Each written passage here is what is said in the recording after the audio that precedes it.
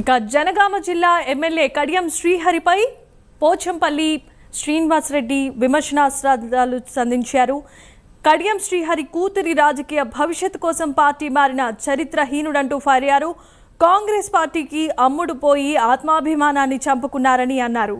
ఇక గతంలో రేవంత్ రెడ్డిపై విమర్శలు చేసిన కడియం శ్రీహరి తిరిగి రేవంత్ రెడ్డి కిందే పనిచేయటం విడ్డూరంగా ఉందని ఎద్దేవా చేశారు. ఇక తనకు కడియం శ్రీహరిలాగా దిగజారుడు రాజకీయాలు చేయటం రాదన్నారు. పార్టీ పెద్దల మెప్పు కోసమే కడియం శ్రీహరి అబద్ధాలు చెబుతున్నారని ఎమ్మెల్సీ పోచంపల్లి శ్రీనివాసరెడ్డి దుయ్యబట్టారు. నరక యాతనే తప్ప ఒక్క మంచి కార్యక్రమం చేసినట్టు ఇక్కడ కూడా మనం చూస్తూనే ఉన్నాం.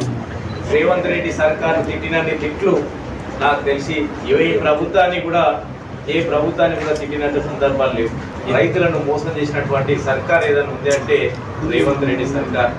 ఈ 14 నెలల్లో 420 లాభేమో కానీ 42 సార్లు మాత్రం రేవంత్ రెడ్డి సర్కార్, రేవంత్ రెడ్డి మంత్రులు, ఎమ్మెల్యేలు ఢిల్లీ యాత్ర బట్టి ఢిల్లీ తిరుగుతున్నారు, ఢిల్లీ వాళ్ళ చుట్టూ తిరుగుతున్నారు. రాష్ట్రంలో రేవంత్ సర్కారు పగ సర్కారు, ఒక కక్షతోటి సోషల్ మీడియాలో మాట్లాడిన వాళ్ళందరినీ మీ కక్షగా కేసులు పెట్టడము, అదేవిధంగా హరీష్ రావు మీద కేసులు పెట్టడము, కేటీఆర్ మీద కేసులు పెట్టడము, కేటీఆర్ మీద అయితే ఇప్పటికీ 10-12 కేసులు పెట్టడము మీరందరూ చూసి ఫార్ములా కేసు మీద కేసు పెట్టేసి చాలా హంగామా క్రియేట్ చేసడం.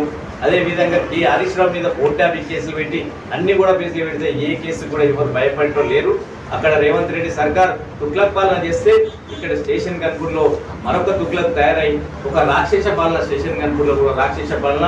కడియం శ్రీహరి అనే వ్యక్తి టీఆర్ఎస్ పార్టీ మీద, బీఆర్ఎస్ పార్టీ మీద గుర్తు మీద గెలిచి పార్టీ మారి ఈ చరిత్రలో కూతురు కోసం పార్టీ మారి చరిత్రహీనుడిగా మిగిలిపోయిన వ్యక్తి ఎవరు ఉన్నారంటే కడియం శ్రీహరి.